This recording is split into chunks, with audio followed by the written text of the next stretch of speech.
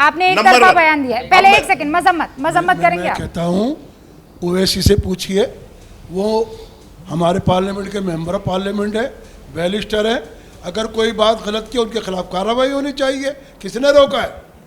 अगर कोई गलत काम करता है हम उसके पक्ष में नहीं है।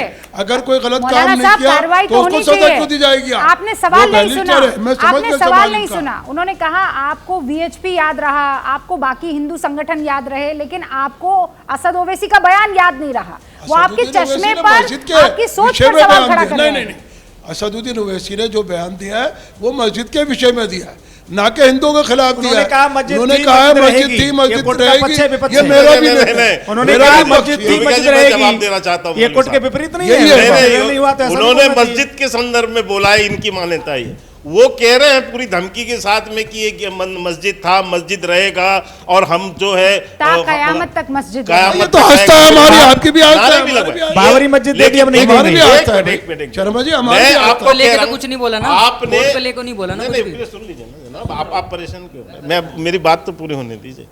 लेकिन उसकी मजम्मत आपने क्यों नहीं?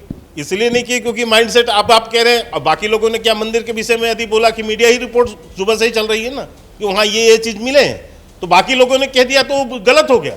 और वो मस्जिद को लेकर यदि उन्होंने बोला तो नहीं गलत। कोर्ट कमिश्नर, इसलिए एडवोकेट कमिश्नर ने जो है ना रिपोर्ट पेश नहीं की, नहीं चलेगा। सवाल यहाँ है, सवाल यहाँ है, कोर्ट का सम्मान करते हैं। पन्ने अभी तक कोर्ट में कैसे लीक हो गई? सवाल ये किया जा रहा है कि कोर्ट में पन्ने पहुंचे नहीं, उससे पहले जश्न मनाने लग गए आप लोग। कैसे सर? क्या जी आप बताइए, आपके यहाँ की रिपोर्ट है ना, कोर्ट ने कैसे आज आदेश संरक्षण देने का किया? तो वो यही तो कह रहे हैं, वो पन्ने पहुंचे कहाँ? वो तो कोर्ट समझेगा, उसका जवाब कोर्ट देगा। उसके मैं प्रवक्ता थोड़ी ना बैठा हूँ। कोर्ट ने आदेश दिया है, वो आपको शर्मा जी आपके लोग दे रहे हैं, आपके लोग उधम मचा रहे हैं, जश्न आपके लोग मचा रहे हैं। आप मेरी बात सुनिए, कोर्ट ने जो भी आदेश दिया है वो कुछ कागजों के ऊपर दिया होगा ना, कुछ चीजें उनके सामने आई होंगी ना, या कोई भी विषय रखा गया होगा, तो उसका निर्णय कोर्ट। लेकिन एक बात मैं वकील साहब का एक जवाब देखिए समाप्त करूं, जिस कानून की बड़ी चर्चा कर, वकील साहब बहुत पढ़े लिखे हैं, बहुत ढेर सारी बधाई भी हो। ये मामला जो है 2021 अगस्त 2021 से चल रहा है, वैसे केस बहुत पुराना है, और 8 अप्रैल को सर्वे का ऑर्डर है, 8 अप्रैल 2022। तो जनाब यहाँ जितनी आप वकालत की बातें कर रहे हैं, एक बार कोर्ट भी चले गए होते। नहीं, कोर्ट आप तब गए हैं, आप जाकर वहां सर्वे रुकवाते ना। ये कानून तो ये बताते हुए सर्वे रुकवा लेते, क्योंकि आप वहां पर 5 महिला गई थी सिर्फ और प्रार्थना के लिए। एक बार साल में एक बार होती है, उसको साल में रेगुलर करने के लिए बात हुई थी, लेकिन आपने उसको मुद्दे को घुमा के इस तरीके से कर दिया। ये कोर्ट का ऑर्डर है, लेकिन उसका मुद्दा कौन बना रहा है? आपको फायदा होता है राम मंदिर से, किसको फायदा हुआ? पूरा राम मंदिर के टक्कर में तो आप लोग आज सरकार में बैठे हुए। क्या बात कर रहे हो? आपको भाजपा की 0 जानकारी नहीं है, 0% भी। आप विषय आइए, आपको कुछ नहीं पता है कि भाजपा कैसे चली है। हाँ, इसलिए मैं भाजपा का राष्ट्रीय प्रवक्ता हूँ जनाब। आप क्या जानोगे? हम इस देश के वासी, हम क्यों नहीं जानेंगे? तो आप नहीं जानते ना, भाजपा को नहीं जान रहे होते, ये सब तो नहीं बोलते। प्रधानमंत्री मोदी जी को भी जानते हैं, सबको जानते हैं हम लोग। इसीलिए मैं कह रहा हूँ कि इतने बड़े वकील थे आप, तो जो 2021 से केस चल रहा है, तो क्यों नहीं गए वहां पर आप केस लड़ने के लिए?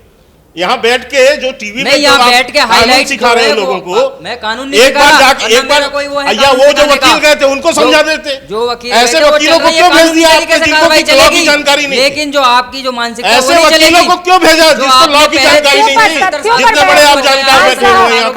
खान साहब सुनिए, राजनीति यहाँ पर नहीं है, राजनीति यहाँ पर बात कोर्ट की हो रही है, कोर्ट के ऑर्डर की हो रही है। खान साहब आप समझ रहे हैं, कोर्ट ने ऑर्डर किया इसलिए सर्वे हुआ, कोर्ट ने ऑर्डर दिया इसीलिए अब उस जगह पर जहां कहा जा रहा है कि शिवलिंग है उसका संरक्षण के भी ऑर्डर दे दिए गए हैं। लेकिन राजकुमार भाटी साहब, आप इस पूरे मामले से क्या समझ रहे हैं आज की तारीख में? क्योंकि सीधा सीधा आरोप आपकी सरकार पर भी लग रहा है कि आपके मातहत जो एडमिनिस्ट्रेशन था उसने यहाँ पर गौरी श्रृंगार की पूजा रुकवाई। अगर वो पूजा ना रुकवाई होती तो आज ये 5 महिलाएं कोर्ट के दर पर ना पहुंची होती। देखिए, महंत जी ने अपने वक्तव्य में कहा कि जो कुछ हो रहा है कोर्ट के न्यायालय के आदेश पर हो रहा है। वकील साहब ने उसका स्वागत किया। इन्होंने कहा कि जो न्यायालय करेगा उसमें हमें कोई एतराज़ नहीं है। बिल्कुल सही। देश के जो अच्छे नागरिक हैं उनकी सोच तो यही है, और देश में हिंदुओं का भी बहुमत और मुस्लिम का भी बहुमत इस देश में शांति चाहता है, कानून का राज चाहता है, संविधान का राज चाहता है। बेशक। लेकिन भारतीय जनता पार्टी कुछ लोगों को उकसाती रहती है और इन्हें शांति में आनंद नहीं आता, इन्हें उपद्रव में आनंद आता है। ये बार बार जब बाबरी मस्जिद का, अयोध्या का मसला चला, दशकों लगे उसमें, झगड़े हुए, दंगे हुए, लोग मरे, संपत्ति जली, आखिर वो सुप्रीम कोर्ट से निपट गया। तो सभी वर्गों ने उसका स्वागत किया, कहीं कोई एक पत्थर नहीं चला, कहीं कोई एक नारा नहीं लगा कोर्ट के निर्णय के खिलाफ, और देश में लोगों ने सोचा कि अब शांति स्थापित हो जाएगी। और हम जैसे लोग भी प्रसन्न हुए कि चलो अब तो मंदिर का मसला निपट गया, अब मोदी जी बेरोजगारी पे ध्यान देंगे, महंगाई पे ध्यान देंगे, भ्रष्टाचार रोकेंगे, अब जो थानों के अंदर रेप हो रहे हैं, पुलिस रेप कर रही है बीजेपी के राज में, उस पर रोक लगेगी, लोग बेटियां आत्महत्या कर रही हैं, स्कूल जाने से बंद हो गया है लोगों का। लेकिन अब इन्होंने नया विवाद काशी विश्वनाथ उठा दिया।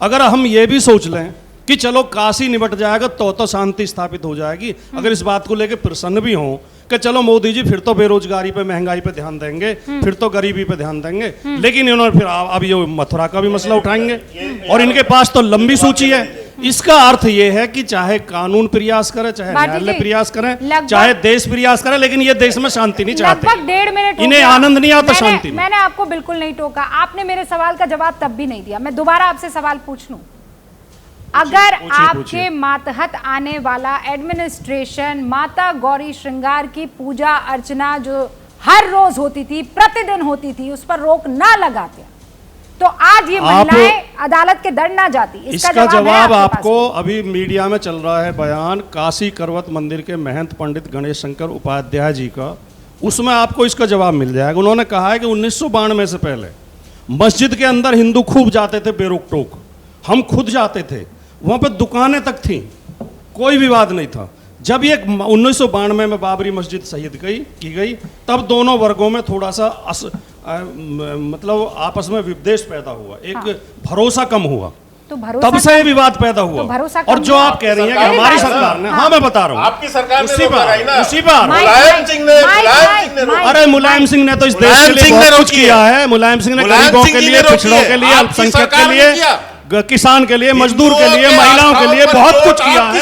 आप मुलायम सिंह का नाम मत लीजिए क्योंकि आप लेने लायक नहीं है। ये कैसे हो सकता है? उन्होंने बहुत कुछ किया इस देश के लिए। अरे कुछ देश में समाजवाद की स्थापना के लिए, सामाजिक न्याय के लिए, अन्याय को दूर करने के लिए आप जैसे सांप्रदायिक लोगों पर पाबंदी लगा। अब मैं अपनी बात कह लूं, क्योंकि सिर्फ अब मैं अपनी बात कह लूं, राजनीति करने का, सिर्फ तुष्टीकरण की राजनीति, मेरी बात सुनी जाए, एक वर्ग विशेष को केवल आप जो है तुष्टीकरण। शर्मा जी एक सेकंड रुकिए, लेकिन भाटी साहब जो कह रहे हैं कि आज आपके पास ताकत है, आपके पास सत्ता है, आप दो जनों को टेबल पर बिठाकर, दोनों पक्षों को टेबल पर बिठाकर इसका हल निकाल सकते हैं। वो आप पर ये आरोप लगा रहे हैं कि आपको उन्माद में आनंद आता है। मैं जवाब देता हूं। नहीं देखिए, मैं पहले मेरे दो वाक्य सुन लें आप। सेकंड में अपनी बात कहते हैं। देखिए, न्यायालय का स्पष्ट आदेश था कि सर्वे किया जाएगा, सर्वे की रिपोर्ट सार्वजनिक नहीं की जाएगी, सर्वे की रिपोर्ट न्यायालय में प्रस्तुत की जाएगी। ये आप पहले से पहले कैसे जश्न मना रहे हैं कि मिल गए, शिव जी मिल गए, और 1991 के एक्ट का क्या होगा अगर ये। सर मेरी बात स्वामी दीपांकर, बस 20 सेकंड और मैं जो लोग जश्न मना रहे हैं या जो वहाँ पर ये कह रहे हैं या कंडेम्ड ऑफ कोर्ट है वो मान लीजिए, तो न्यायालय सुन लेगा। आप चले जाइए।